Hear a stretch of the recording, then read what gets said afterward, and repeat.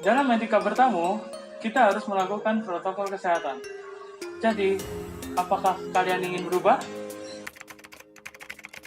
Tumben Mas Gulam. Iya dokter, gini. Sebelumnya mohon maaf mengganggu waktu sore ini dokter. Enggak apa-apa. Terus saya kesini ini ingin tahu lebih jelas mengenai penyakit COVID yang lagi viral ini dokter. Oh, COVID-19 itu. Nah, iya dokter, kan ini penyakit hampir 1 tahun masih menakutkan. Terus saya ingin tanya, penyakit COVID-19 sendiri itu apa ya dokter? Penyakit COVID-19 itu memang penyakit yang baru. Itu disebabkan oleh jenis coronavirus baru, yaitu SARS-CoV-2. Nah, ini yang dilaporkan pertama kali di Wuhan, Tiongkok, pada Desember 2019 kemarin. Untuk penyakit COVID-19 ini memang bisa menular dari manusia ke manusia.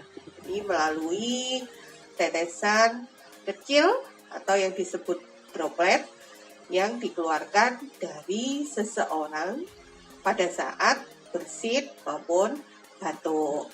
Dan penularan itu sendiri bisa secara langsung bertemu atau kontak dengan pasiennya yang sakit COVID ataupun dengan droplet yang menempel pada tempat-tempat seperti pintu, meja. Nah, itu yang bisa juga menular kepada manusia. Dan penularan masuk ke dalam manusia itu bisa melalui hidung, mulut, maupun mata. Dan penyakit COVID-19 itu sendiri juga menyerang pada saluran pernapasan. Dok, berarti penyakit COVID-19 ini sama kayak penyakit influenza biasa? Betul, gejalanya memang sama pada awalnya. Jadi pasien yang terserang COVID-19 ini akan merasakan badannya panas, demam, biasanya suhunya lebih dari 38 derajat Celcius. Ada batuk, batuknya cenderung batuk kering, pilek, kemudian nyeri tenggorokan, bisa badannya terasa letih, lesu. Nah, pada kasus yang berat bisa disertai dengan sesak nafas sampai kepada pneumonia, yaitu ada kerusakan pada paru-paru. Oh gitu, berarti terus menurut berita tentang penyakit ini penyebarannya itu sangat cepat dan banyak kasus kematian yang banyak dok.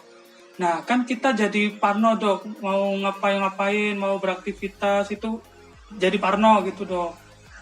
Oh, tidak usah parno. Cuek itu juga tidak boleh. Tapi juga jangan panik, tetap waspada. Memang secara data itu 0,5 sampai 10% itu pasien COVID biasanya jatuh pada kondisi yang berat sampai pada kematian. Kemudian 5 sampai 10% itu biasanya pasien memerlukan ruang intensive care atau ICU karena butuh ventilator untuk membantu pernafasan. Sedangkan 60%-nya itu pasien datang dengan gejala yang bervariasi. Bahkan sekarang ada yang datang dengan keluhan saluran pencernaan. Jadi ada yang muntah sampai dengan diare. Kemudian yang 20%, nah ini yang OTG atau orang tanpa gejala. Jadi istilahnya orang itu tidak sakit padahal itu karier atau pembawa penyakit COVID-19. Nah, untuk menentukan berat ringannya tadi tergantung dari sistem imun pada seseorang. Nah, kita harus bisa mempertahankan istilahnya imun itu biar tidak turun. Caranya dengan apa? Jadi kita harus bisa menjaga imun kita dengan itu tadi, jangan panik, ya, nggak usah parno. Nah, terus makan yang bergizi, jadi banyak makan sayur dan buah, olahraga, cukup istirahat, jadi kita bisa imunnya tetap tinggi sehingga tidak terjangkit dengan COVID-19 ini. Oh, ya, Dok. Terus gimana, Dok, masyarakat di sini dalam pencegahan COVID-19 ini? Nah, ini yang sulit. Banyak masyarakat, karena ini penyakitnya kan sudah lama ya, hampir 1 tahun. Ya, hampir 1 tahun. Nah, jadi kalau disuruh dengan protokol kesehatan itu sudah bosan mungkin ya. Nah, jadi sekarang itu sudah, apalagi sudah adanya new normal gitu, jadi ada kelonggaran protokol kesehatan. Jadi sepertinya penyakit COVID ini sudah tidak ditakutkan, malahan banyak orang jadi sudah protokol kesehatannya sudah dilupakan lagi gitu. Jadi harusnya kita tetap melakukan protokol kesehatan. Jadi harus selalu pakai masker, baik yang sakit maupun yang sehat, karena masker ini sendiri bisa melindungi. Jadi ada istilah maskerku melindungimu, maskermu melindungiku. Jadi seperti itu. Kemudian yang kedua harus menjaga jarak. Seperti saat ini, nah jarak minimal 1 meter, tak bisa sampai 2 meter.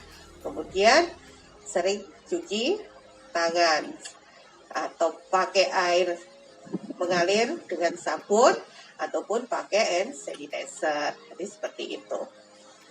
Oh, baik Dok. Itu terima kasih atas informasi dan sarannya.